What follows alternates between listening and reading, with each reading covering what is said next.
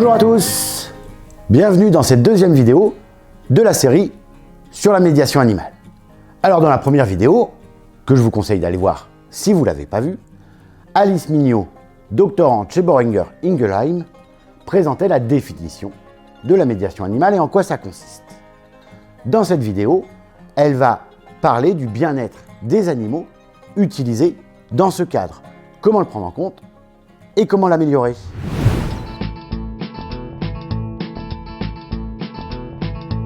Dans l'imaginaire collectif, on pense souvent que si ça fait du bien à l'humain, ça va aussi faire du bien à l'animal. Mais en fait, de nombreuses études scientifiques ont montré que les animaux qui travaillent en médiation animale peuvent vivre des situations de stress. L'important, ça va être de s'intéresser à l'individu animal et de voir quels sont les besoins de son espèce, mais aussi quels sont les facteurs de risque à travailler en médiation animale et comment adapter au mieux le dispositif. Dès 1991, certains auteurs ont montré des problèmes éthiques qu'il pouvait y avoir en médiation animale, comme l'accès limité à l'eau en séance, les températures trop hautes dans les maisons de retraite et tout ce qui est fatigue et stress lié au travail.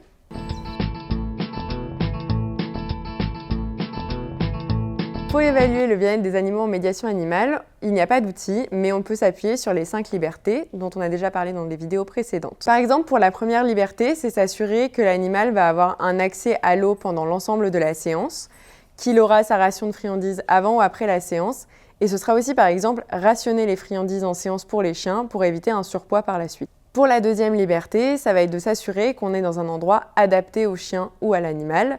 Donc par exemple, ne pas avoir un sol trop glissant, trop d'odeur, trop de bruit, avoir une température adaptée. Pour les maladies, ça va être de s'assurer que l'animal a un contrôle vétérinaire régulier avec une mise à jour de ses vaccins, mais aussi un contrôle vétérinaire sur tout ce qui va être l'animal vieillissant, par exemple. Pour tout ce qui est blessures et douleurs, ça va être le rôle de l'intervenant de s'assurer qu'en séance de médiation animale, l'animal ne va pas être face à un comportement inadapté ou douloureux des bénéficiaires et pouvoir le retirer d'une interaction. Pour les comportements de chaque espèce, il va falloir s'assurer de connaître le répertoire comportemental de cette espèce. Par exemple, pour le chien, ça va être de s'assurer qu'en dehors des séances, il a une vie de chien avec des moments de jeu, des moments de reniflage et de promenade et des rencontres avec ses congénères s'il le souhaite.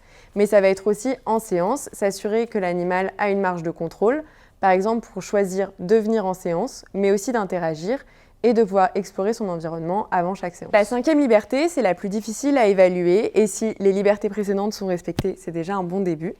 Donc pour la peur et la détresse, en prévention, ça va être de bien sélectionner son animal et de lui faire un contrôle par un vétérinaire ou un éducateur pour le niveau physique et psychologique.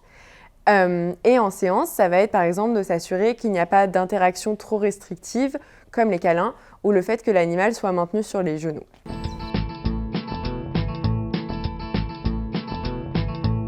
Alors pour limiter le stress des chiens, tout d'abord, comme je l'ai répété, ça va être de sélectionner le bon chien pour le bon type d'activité et la bonne population.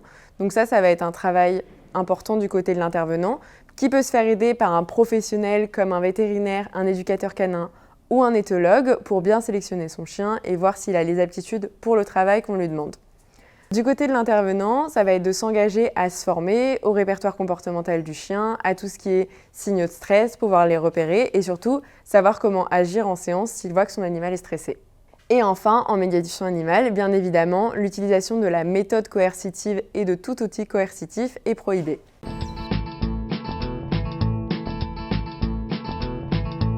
Alors, le vétérinaire pour la médiation animale va avoir tout d'abord un rôle comme avec un animal de compagnie, de contrôle, de voir si ses vaccins sont à jour, qu'il n'a pas de parasites, qu'il n'a pas de maladie qui est en train de se développer.